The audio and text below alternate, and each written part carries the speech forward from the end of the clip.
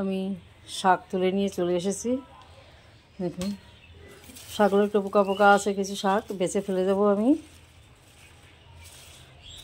তেল ছাড়া শাক, এই শাকটা দিয়ে আমি আজকে রান্না করব। সকালবেলা পাড়ায় আমি যার ধার থেকে মাছ নিই, মাছওয়ালা মাছ নিয়ে আসছে দুটো জ্যান্ত মাছ। দেখুন একটা মাগুর মাছ, একটা শিং মাছ, দেশি মাছ একদম, পুকুর ছেঁচা মাছ। লোকটা বলল দিদি খুব ভালো হবে, নিন মাছ দুটো। 1200 টাকা করে কিলো নিয়েছে। আমার দুটো মাছে 450 ওজন হয়েছে। তা আমি আজকে এই মাছ দিয়ে আর পালং শাক দিয়ে রান্না করব।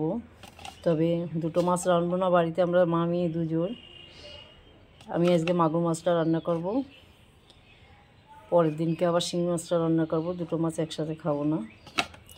যাই হোক, আমি কেটে বেছে নিয়ে এসে মাছটা কাটা, শাকটা কেটে ধুয়ে গুছিয়ে নিয়ে এসে আমি রান্নাটা করে দেখাচ্ছি। তাহলে মাছটা কাটবো বলে আমি দেখুন ডুমুর পাতা নিয়ে এসেছি। ডুমুর পাতা দিয়ে ঘষে ঘষে সুন্দর করে পরিষ্কার করে কেটে নিয়ে আসবো। কাটাটা দেখাবো না, কারণ আমি একা হাতে ভিডিও করি, আমার ভিডিও করার লোক নেই। আমি কেটে ভিডিও করতে গেলে আমার অসুবিধা হয়, যার জন্য আমি কাটাকুটোগুলো কমই দেখাই। যাই হোক, আমি মাছটা কাটতে যাব এখন। মাছ কেটে নিয়ে আমি শাকটাকে ধুয়ে কেটে কটা লঙ্কা চিড়ে নিয়ে চলে এসেছি। একদম সিম্পলভাবে মাছের ঝোলটা করব। যাই হোক, আমি ওপাশে কড়াই বসিয়ে দিয়েছি।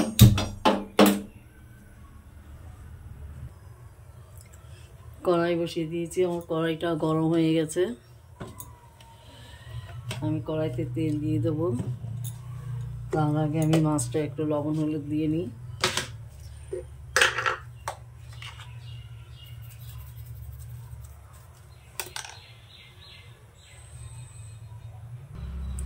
কড়াইটা গরম হয়ে গেছে। আমি সামান্য কটা জিরে ভেজে নেব শুকনো খোলায়। এই জিরে ভাজা বাটাটা একটু তরকারিতে দেব। শুকনো খোলায় কটা জিরে ভেজে নিয়েছি।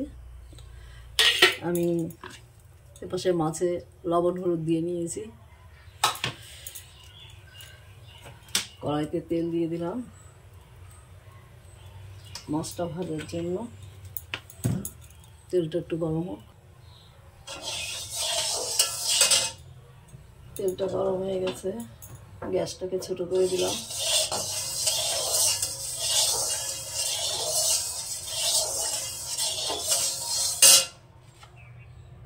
মাছ কটা দিয়ে দিলাম।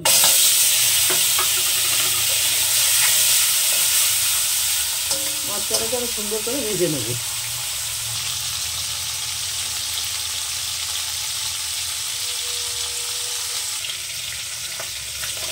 মাছটা ভাজা হয়ে গেছে, আমি মাছটা নামিয়ে নেব। এই তেলের ভিতরে আমি আর একটু তেল দিয়ে দেবো।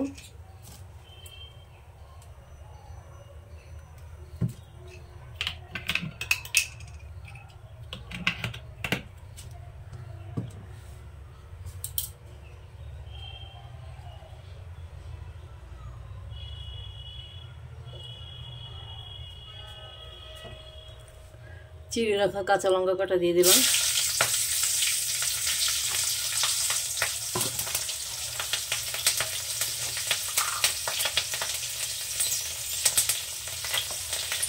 কটা রাঁধুনি ফোড়ন দিয়ে দিলাম।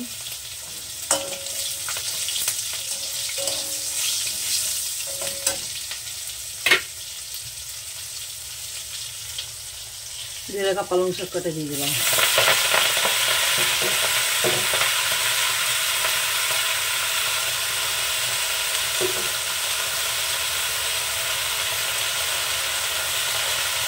শাক দেখে মনে হচ্ছে অনেক, কিন্তু লবণ দিলে একটুখানি হয়ে যাবে। শাক ছাড়া শাক একদম অল্প একটু হয়ে যাবে রান্না করলে।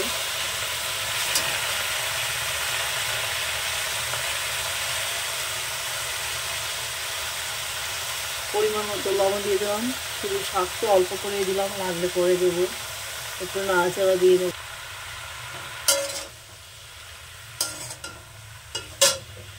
গ্যাসটা জোরে দিয়ে দিলাম।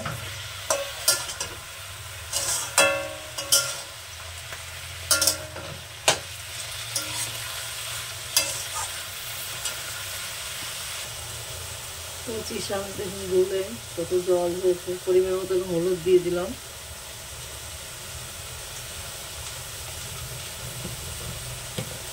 ওই শাকটাকে একটু সুন্দর করে কষে নেব। শাকটা আমি সুন্দর করে কষে নিয়েছি। এবার এখানে আমি দিয়ে দেবো জল, অল্প পরিমাণে জল দেবো।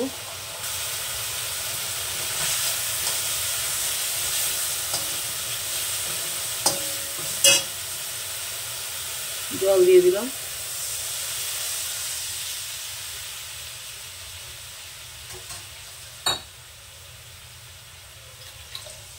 শাকটা আমার তৈরি হয়ে গেছে। ঝোলটা ফুটবে, মাছটা দিয়ে দেবো। এজন্য অল্প করে জল দিলাম। এবার তরকারিটাকে সুন্দর করে ফুটিয়ে নেব। ঝোলটা ফুটে উঠেছে, আমি এখানে মাছ দিয়ে দেবো। মাছ কটা দিয়ে দিলাম।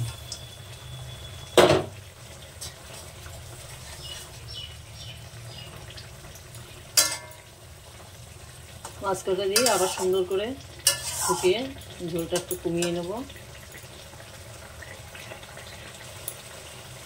আবার তরকারিটা রেডি। আমি তরকারি নামানোর আগে সেই ভাজা জিরেটা বেটেছিলাম সেইটুকু দিয়ে দেবো। তবে আমি পালং শাক দিয়ে জ্যান্ত মাছ দিয়ে ঝোল করলাম। এই দেখে কেউ ঝট করে বাজারের থেকে পালং শাক এনে এরকম ভালো দামি জ্যান্ত মাছ দিয়ে ঝোল করতে যাবে না, তাহলে কিন্তু ঠকে যাবে।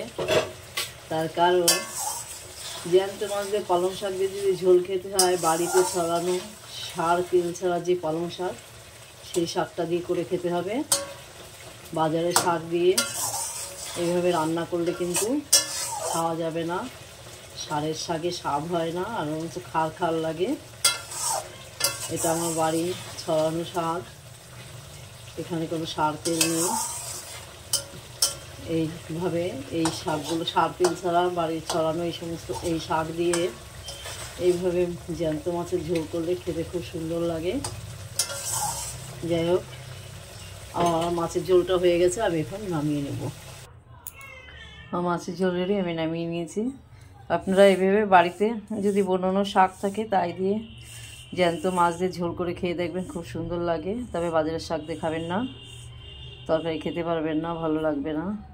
যাই হোক, আমার চ্যানেলে যারা নতুন তারা একটু আমার চ্যানেলটা সাবস্ক্রাইব করুন, যারা পুরনো তারা একটু লাইক শেয়ার করুন। আজ এই পর্যন্ত, নমস্কার।